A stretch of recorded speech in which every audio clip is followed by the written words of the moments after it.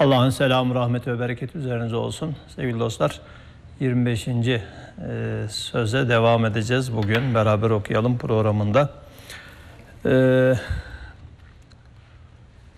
Kur'an-ı Kerim'in ayetlerinden örnekler paylaşıyorduk. Şimdi burada makamı zem ve zecirde, yani Kur'an'ın etkili oluşu, etkili beyanatı, zem ve zecir demek, zem kötülemek, zecir de men etmek, yani kötü bir davranıştan insanları ürkütmek, uzaklaştırmak, men etmek manasına geliyor. Öyle bir beyan, öyle bir ifade kullanıyor ki insanları gerçekten, mesela burada örnek verilecek gıybetten, gıybet kötü bir davranıştır. Gıybetten men ediyor, zecr ediyor. Yani zecr bir nevi uzaklaşmaya mecbur bırakıyor o beyanatıyla, keskin beyanatıyla. Örnek ayet şöyle: "Eyuhibbu ahadukum en ye'kule lahme ahihi meyten." Ayetin bir kısmı sadece bu. Yani sizden biriniz ölü kardeşinin etini yemekten hoşlanır mı? Soru şeklinde gıybeti buna benzetiyor. Ölü kardeşinin etini yemek. Fekerihtümü diye devam ediyor. Tiksindiniz değil mi? Öyleyse gıybet işte bu kadar tiksindirici bir davranıştır, kötü bir davranıştır. Ayetinde zemmi 6 derece zemmeder. Zemmi zemmeder. Yani gıybet zaten başkalarını kötülemek demek. Arkalarında hoşlanmayacakları şekilde konuşmak, başkalarını kötülemek. Bu kötülemeyi kötüler. Hem de bak, kısa bir ayet, ayetin kısa bir bölümü, ama bu kısa bölüm içerisinde 6 derece, yani her kelimeyle ayrı bir açıdan zemmi zemmeder. Gıybetten 6 derece şiddetle zecreder.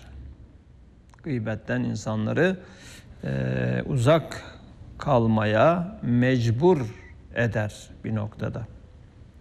Şöyle ki, malumdur ayetin başındaki hemze, yani eyuhibbu diye başlıyor.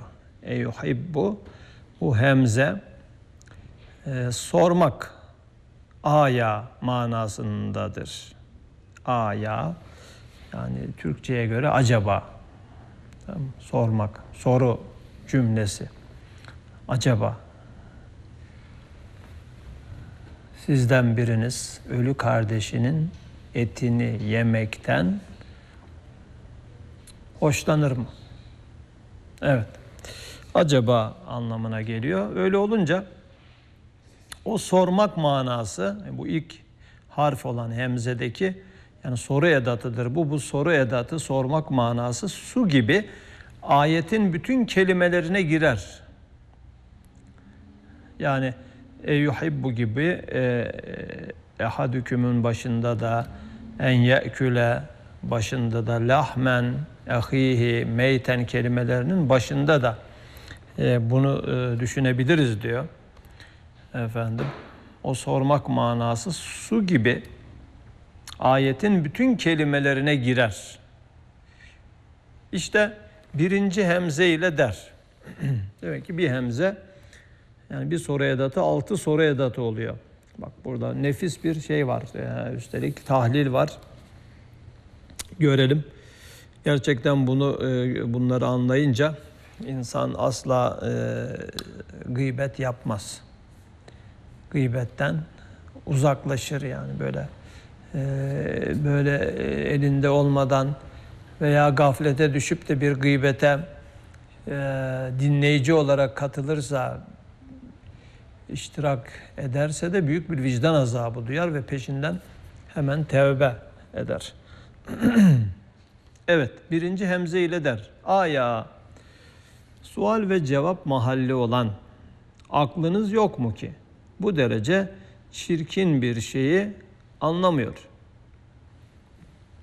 Yani soru edatının başında da bir soru gibi. Çünkü soru sormak demek akıllılık alameti demektir. Soru ve cevap mahalli. Yani soru soran da akıllıdır, o soruya cevap veren de akıllıdır. Çünkü akıl soru ve cevap mahallidir. Dolayısıyla acaba diyor, bir defa ilk başta akıldan başlıyor. Aklı olan gıybet etmez demek istiyor. A'ya sual ve cevap mahalli olan aklınız yok mu ki bu derece çirkin bir şeyi anlamıyor?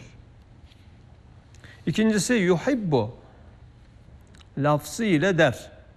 A'ya sevmek, nefret etmek mahalli olan kalbiniz bozulmuş mu ki en menfur bir işi sever? Yani yerine göre tabii kalp kumandandır diyor.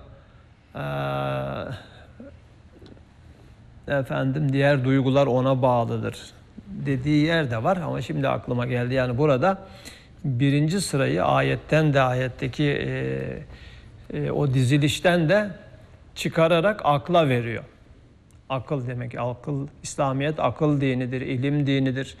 Bütün meseleleri makuldür. Zaten akleden kalp tabirini kullanıyor Kur'an. Yani akıl, kalp zaman zaman birbirinden ayrılabilir ama beraber de düşünülebilir. Burada ayrılmış. Önce yani akla terstir diyor bu gıybet. İkinci olarak da yuhibbu lafzı ile der. Acaba sevmek, nefret etmek mahalli olan kalbiniz bozulmuş mu ki? En menfur bir işi sever. Yani sever mi diyor ya. Sevmek mahalli de kalp. Soru mahalli akıl olduğu gibi. İnsan kalbiyle sever. Aklıyla soru sorar, cevap verir. Kalbiyle sever veya nefret eder. Dolayısıyla akıldan sonra A'ya sevmek, nefret etmek mahalli olan kalbiniz bozulmuş mu ki en menfur yani nefret edilmesi gereken bir işi sever. Üçüncüsü ehadüküm kelimesiyle der. Yani sizden biriniz manasına geliyor. Cemaatten hayatını alan, yani sizden biriniz dediğine göre cemaati kastediyor. Bir topluluk içinde insan yaşar. Sosyal bir varlıktır. İşte cemaatten hayatını alan, hayatı içtimaiye ve medeniyetiniz ne olmuş ki böyle hayatınızı zehirleyen bir ameli kabul eder. Demek insanın sosyal yönü itibariyle de medeni olması itibariyle de gıybet yapmaması gerektiğini burada hatırlatıyor. Dördüncüsü en ye'küle lahme kelamıyla der. İnsaniyetiniz ne olmuş? İnsaniyetiniz ne olmuş ki böyle canavarcasına arkadaşını dişle parçalamayı yapıyorsunuz? Yani vampir misiniz diyor ya. Değil mi? Vampir misiniz ya? Arkadaşınızın, kardeşinizin, din kardeşinizin değil mi? Etini yiyorsunuz, onu parçalıyorsunuz. Gıybet böyle bir şey diyor. Evet.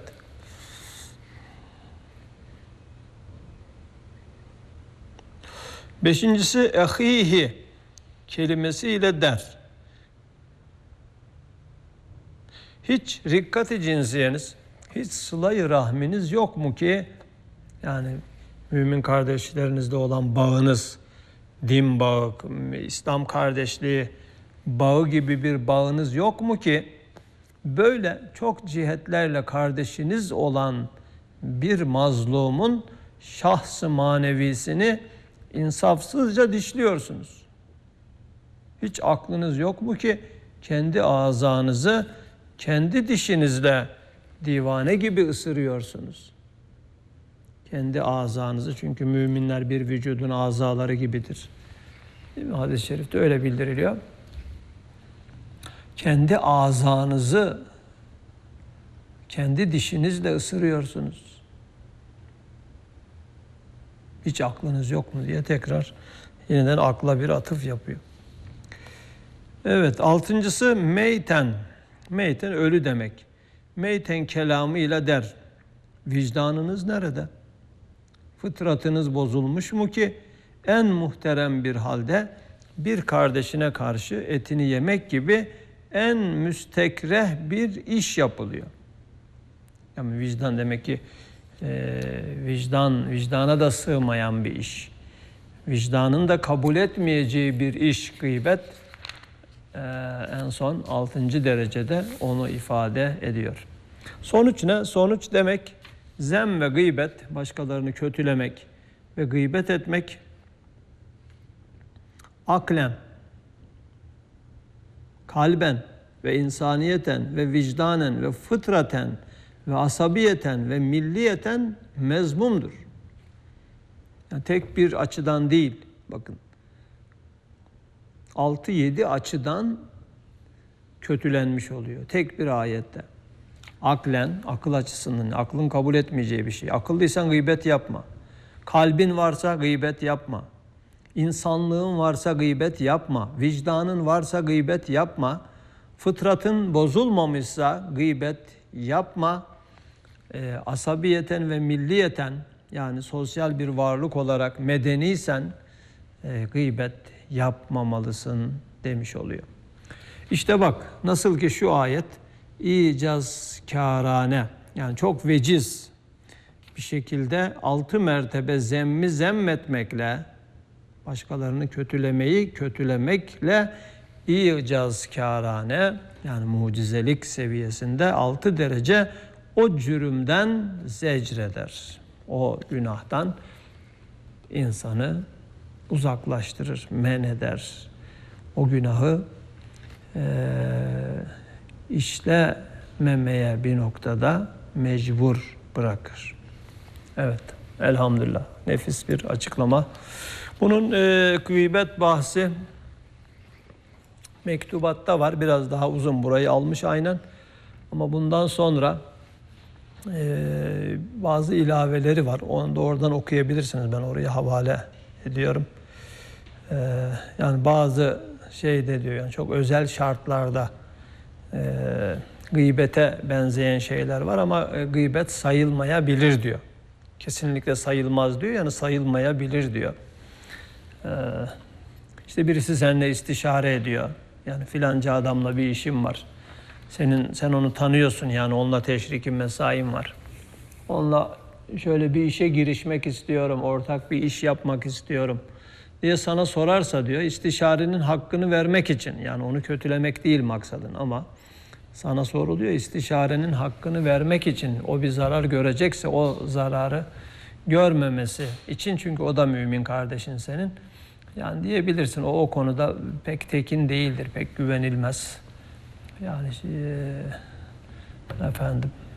seni kandırabilir veya o konudaki hassasiyeti şöyledir, böyledir diye istişarenin hakkını vermek için dersen bu gıybet sayılmaz. Ama adam yani sana sormuş, sen de ya zaten bahane arıyorsun onu kötülemek için, o sebep olur da yani sorduğu alanın da dışına taşacak şekilde kötülersen yine gıybet olur.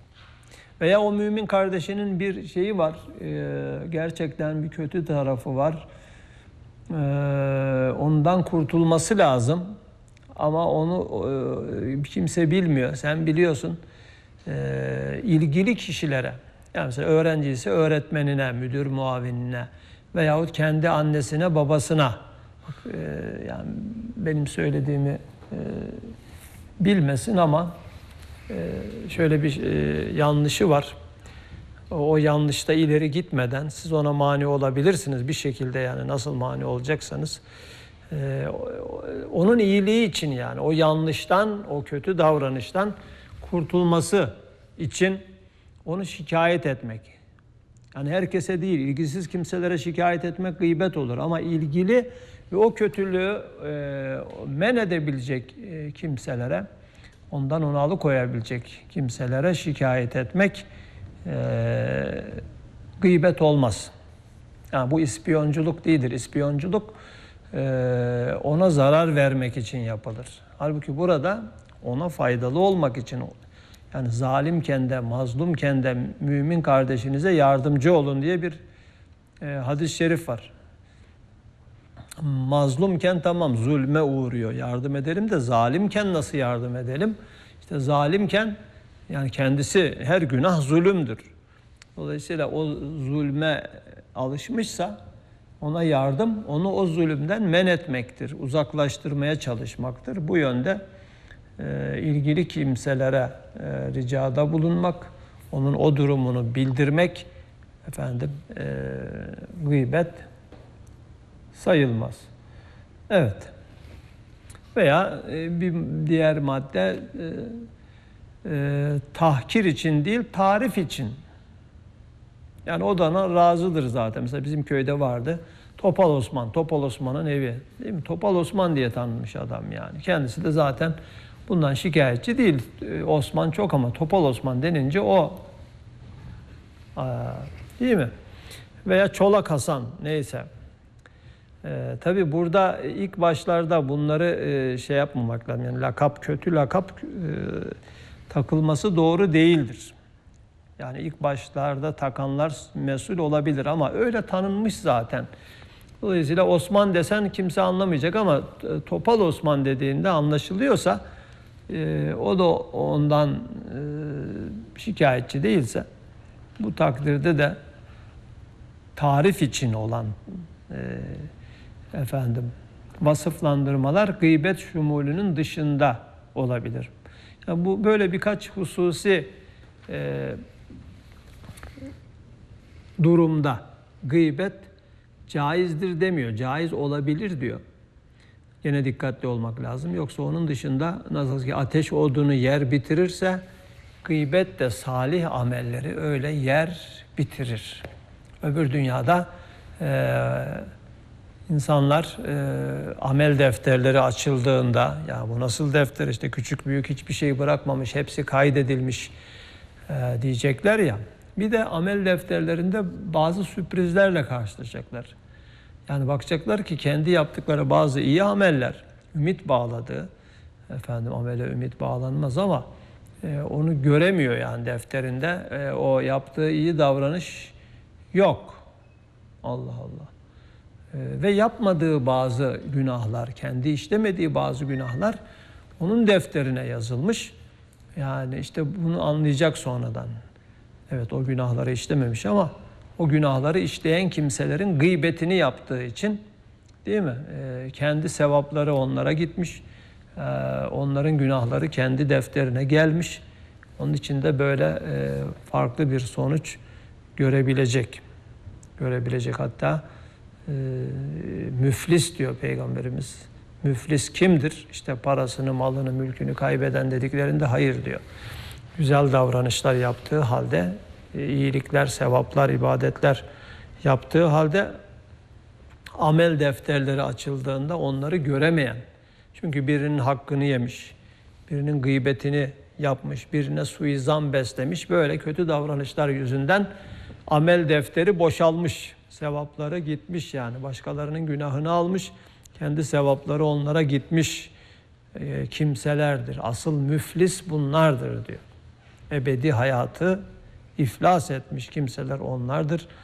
Allah bizleri korusun. Bununla beraber orada bir şey var böyle dediğim gibi yani bazen alışkanlık icabı yani gıybet etmeyeceğiz, edenlere katılmayacağız hatta ya müdahale edeceğiz bir yerde gıybet yapılıyorsa arkadaş lütfen gıybet yapmayalım, kimsenin günahını almayalım diyeceğiz. Yahut bizi dinlemiyorlarsa oradan kalkacağız. Gıybet yapılan yerden uzaklaşacağız. Ya bulunduğumuz yerde gıybet yapılmasına engel olacağız ya da oradan uzaklaşacağız. Biz kimsenin gıybetini yapmayacağız. Bizim gıybetimiz yapılırsa, bundan haberdar olursak gıybet yapanlara da kızmayalım yani böyle. Hatta hediye, bazı büyük zatlar hediye göndermişler kibarca. Demişler ki yani bizim aleyhimizde konuşmuşsunuz. Zaten bizim günahımız çok. Bir kısmını bu suretle bizden almış oldunuz. Bu iyiliğinize karşı bu hediyemizi de kabul edin lütfen diye. Kibarca uyarmışlar onları. Öyle. Ve bir şekilde gaflete gelip gıybet yaparsak yahut yapılan bir yerde bulursak, ona iştirak edersek, isteyerek istemeyerek, bu takdirde yapılacak şey nedir? Tevbe etmek. Allah'ım beni de affet, gıybet yaptığım kimseyi de affet. Burada tabi beni affet, ben gıybet yaptım, günaha girdim. Gıybet yaptığım kimseyi de affet diye ona da dua edeceğiz. Yani ona dua etmenin sebebi ne olabilir? Düşünün isterseniz. Bir sebebi şimdi şöyle aklıma geldi. Çünkü gıybet yapmayacağımız gibi kendi gıybetimizin yapılmasına da sebep olmamamız lazım. Sebep oluyorsak, yani biz sebep oluyorsak gıybetimizin yapılmasına, es-sebebu kel fail kuralınca ne oluyor? Biz de günahkar oluyoruz.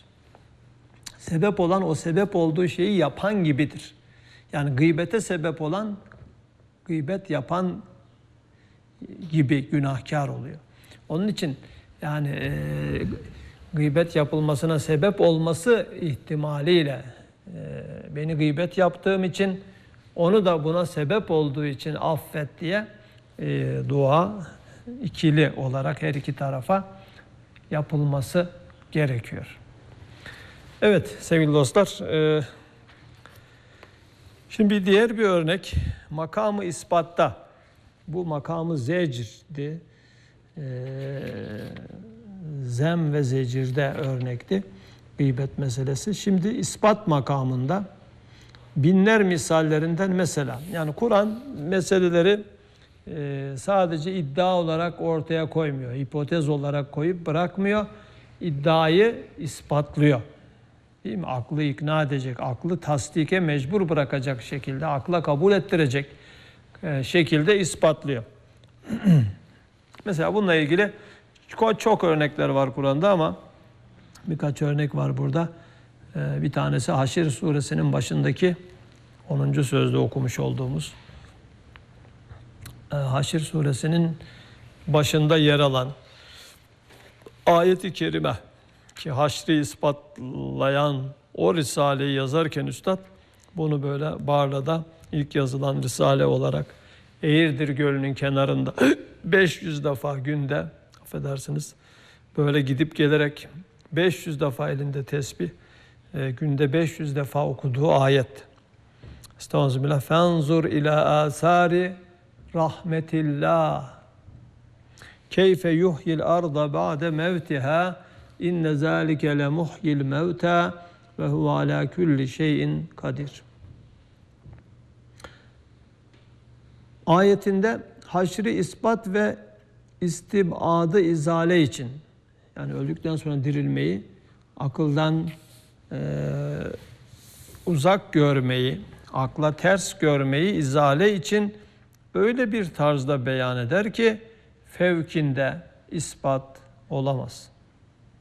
Şöyle ki 10. sözün 9. hakikatında 22. sözün 6. lemasında ispat ve izah edildiği gibi her bahar mevsiminde İhya-i arz keyfiyetinde, yani yeryüzünün diriltilmesi keyfiyetinde 300 bin tarzda haşrin numunelerini nihayet derecede girift, birbirine karıştırdığı halde nihayet derecede intizam ve temyiz ile birbirinden ayırarak nazar-ı beşere gösteriyor ki bunları böyle yapan zata haşir ve kıyamet ağır olamaz.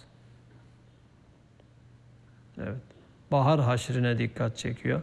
Yeryüzünün ölümünden sonra dirilmesine dikkat çekiyor. İşte hep şahit olduk değil mi? Yani 2 ay boyunca, 3 ay boyunca. Bütün ölenler, gidenler, kaçanlar geri döndüler, dirildiler ve tabiatta yerlerini aldılar. Değil mi? Mesela tek bir ağaçta 3 çeşit haşir dirilişe şahit olduk. çiçeklerin haşri, çiçeklerin dirilmesi, meyvelerin dirilmesi, yaprakların dirilmesi. Değil mi? Ondan sonra işte atmosferde sürekli bugünlerde hareketlilik var yani. Bulutlar da ölüp diriliyor. Değil mi?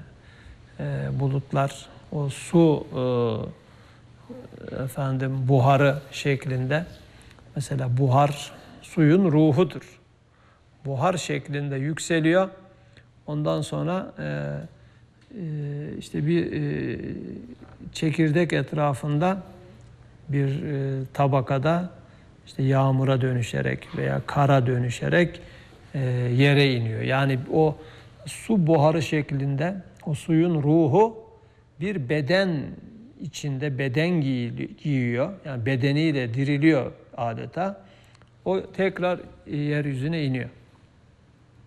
Sonra yeniden buharlaşıyor. Yani ruhu tekrar yükseliyor. Tekrar bir cesetle, bu ceset yani yağmur tanesi olarak, kar tanesi olarak, dolu olarak yere iniyor. Suyun çevrimi kanunu diye okutuluyor bu okullarda, kitaplarda, ama bu aynı zamanda bir diriliş örneğidir. Keşke böyle de okutulsa yani. Böyle okutulsa. Allah'ın her kıştan sonra baharla yeryüzünü dirilttiği ve her yağmur tanesini yeniden kaç defa dirilttiği, öldürüp dirilttiği okutulsa, zihinler öldükten sonra dirilmeyi istibad etmez. Yani akıldan uzak görmez. Daha kolay kabullenir. Evet. Kur'an böyle ispatlıyor meseleyi. Evet. Hem zeminin sahifesinde yüz binler envaı beraber birbiri içinde kalemi kudretiyle hatasız kusursuz yazmak bir tek vahid-i ahadin sikkesi olduğundan şu ayetle güneş gibi vahdaniyeti ispat etmekle beraber güneşin tulu ve gurubu gibi, doğması ve batması gibi kolay ve kati kıyamet ve haşri gösterir. İşte keyfe lafzındaki keyfiyet noktasında şu hakikati gösterdiği gibi çok surelerde tafsil ile zikreder. Yani bunun tafsilatı Kur'an'da çok var. Yani işte çürümüş kemikleri kim diriltecek? Biz çürüyüp toprak olduktan sonra mı dirileceğiz? Kim diriltecek bizi? Diye böyle sorular var. Bunlara verilen cevaplar var. Ve bu mesele, diriliş meselesi, Allah'a iman, yani tevhid meselesinden sonra en çok vurgulanan ve aklın ikna olacağı şekilde yaklaştırılan bir mesele. Keyfe, nasıl? Keyfe yuhyil arda ba'de mevtiha. Yeryüzünü ölümünden sonra nasıl diriltiyor? Bak, seyret diyor. Allah'ın rahmet eserlerine. Fenzur ila asari rahmetillah. Allah'ın rahmet eserlerine bak. Seyret. Yeryüzünü ölümünün ardından tekrar nasıl diriltiyor? İnne zâlike le muhyil mevta. Muhakkak o ölüleri de aynı şekilde diriltir. Ve huve alâ kulli şeyin kadir. Onun gücü her şeye yeter. Mesela Sure-i Kaf vel Kur'anil Mecid de öyle parlak ve güzel ve şirin ve yüksek bir beyanla haşri ispat eder ki baharın gelmesi gibi kat'i bir surette kanaat verir. Kıştan sonra baharın gelmesine inanmayan var mı? Aynen ahireti öyle ispat eder ki kıştan sonra baharın geleceği katiyetinde kanaat verir. Kur'an talebelerine, muhataplarına böyle kanaat verir. İşte bak, Kafirlerin çürümüş kemiklerin dirilmesini inkar ederek bu aciptir, olamaz demelerine cevaben efelem yanzuru iles semai fevkahum keyfe beneynaha ve zeyyennaha ve ma leha min furuc ilahir kezalikel huruca kadar ferman ediyor. Beyanı su gibi akıyor. Yıldızlar gibi parlıyor. Kalbe hurma gibi hem lezzet hem zevk veriyor hem rızık oluyor. Bu dedi ya bu şeye kadar kezalikel huruca kadar efendim burada mealini vermiyor ama ileride mealini verecek efendim. Kezalikel huruca kadar ileride mealini verecek. Şimdi tabii ben sabredemeyip bulabilirsem oradan o meali okuyama çok tatlı bir meal verildiğini hatırlıyorum. Acaba nerede? Keşke önceden baksaydım da böyle hazırlasaydım yani size.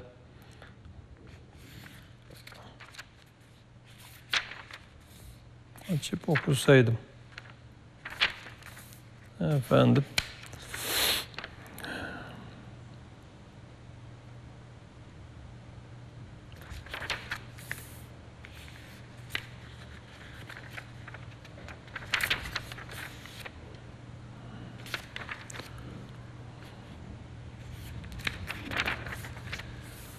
Evet şurada epey ilerideymiş yani hemen hemen 50 sayfa kadar ileride. Bakın yine kezalikel huruc tabiriyle diyor oraya kadar. Kezalikel efelem ya şu efelem yanzurudan ta kezalikel huruca kadar güzelce meali söylemek çok uzun gider. Yalnız bir işaret edip geçeceğiz diyor ama o işaret gerçekten içinde deryalar barındırıyor. Şöyle ki surenin başında küffar haşri inkar ettiklerinden Kur'an onları haşrin kabulüne mecbur etmek için kafirleri haşrin kabulüne mecbur etmek için tabi mecbur burada yani akılları mecbur ediyor ama akılları mecbur olduğu halde bile bile inkar edenler yine olmuş. Yani ikna ediyor Kur'an fakat ikna olmayanları da veya olmak istemeyenleri de ilzam ediyor. Yani susturuyor. Bakalım nasıl? Efendim şöylece bastı mukaddemat eder der. Aya yani acaba üstünüzdeki semaya bakmıyor musunuz ki biz ne keyfiyette ne kadar muntazam muhteşem bir surette bina etmişiz. Hem görmüyor musunuz ki nasıl yıldızlarla ay ve güneş ile tezyin etmişiz. Hiçbir kusur ve noksaniyet bırakmamışız.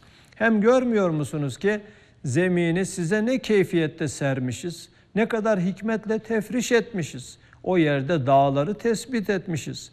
Denizin istilasından muhafaza etmişiz. Hem görmüyor musunuz? O yerde ne kadar güzel, rengarenk, her bir cinsten çift hadrevatı, yani yeşillikleri, nebatatı halk ettik. Yerin her tarafını o güzellerle güzelleştirdik. Hem görmüyor musunuz? Ne keyfiyette sema canibinden bereketli bir suyu gönderiyoruz. O su ile bağ ve bostanları, hububatı, yüksek leziz meyveli hurma gibi ağaçları halk edip ibadıma rızkı onunla gönderiyorum, yetiştiriyorum. Hem görmüyor musunuz? O su ile ölmüş memleketi ihya ediyorum. Binler dünyevi haşirleri icat ediyorum. Nasıl bu nebatatı kudretimle bu ölmüş memleketten çıkarıyorum. Sizin haşirdeki hurucunuz da böyledir. Kezalikel huruc.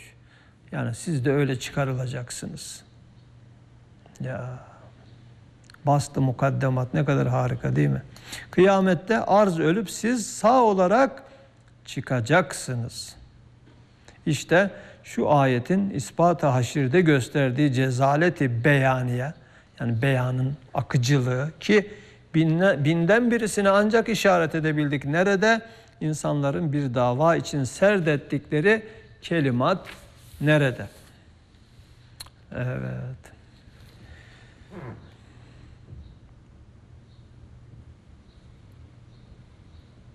Evet, burada demek ki burada meali verilmedi, verildiği yerden okudum. Bu beyan gördüğünüz gibi su gibi akıyor, yıldızlar gibi parlıyor, kalbe hurma gibi lezzet hem zevk veriyor. Vermedi mi yani? Kalbimize verdi inşallah. Kalbe hurma gibi hem lezzet hem zevk veriyor, hem rızık oluyor. Kalplerimize rızık oluyor. Evet. İspat makamında başka örnekler var burada. İnşallah onları da bir sonraki programda paylaşacağız. Çünkü ispat meselesi önemli. Bu çağ pozitif ilimlerin hükümran olduğu çağ. Yani pozitivizm tarzında bir ispat değil tabii onların. Sadece böyle gözlem yaparak, gözlem yapılan şeylere inanılıyor ya. Kur'an-ı Kerim'de gözlem yaptığımız şeylerden, yani gözleme bizi çağırıyor işte. Fenzur diyor başına. Fenzur gözlem yap demek. Bilim de gözleme dayanıyor. Dolayısıyla gözlem, ama gözlemlediklerimizden akli çıkarımlarla ispat yapıyor Kur'an. İşte bilim bunu yapmıyor. Bilim zaten aklı yok sayıyor. Sadece gözüne inanacak. Aklı göze indiriyor yani. Halbuki göz gözdür, akıl akıldır. Yani göz görür, akıl da çıkarım yapar. Değil mi? Yorumlar. Aklı göze pozitivizm öyle. Ama bir açıdan sadece yani görsele dayanma, görselden yola çıkma açısından, değil mi? Pozitif ilimlerin hükümran olduğu bu çağda aynen onların silahıyla, onların kurşunuyla onları çürütüyor. Gerçekten bu çok etkili bir yoldur, ispat yolu Kur'an-ı Kerim için.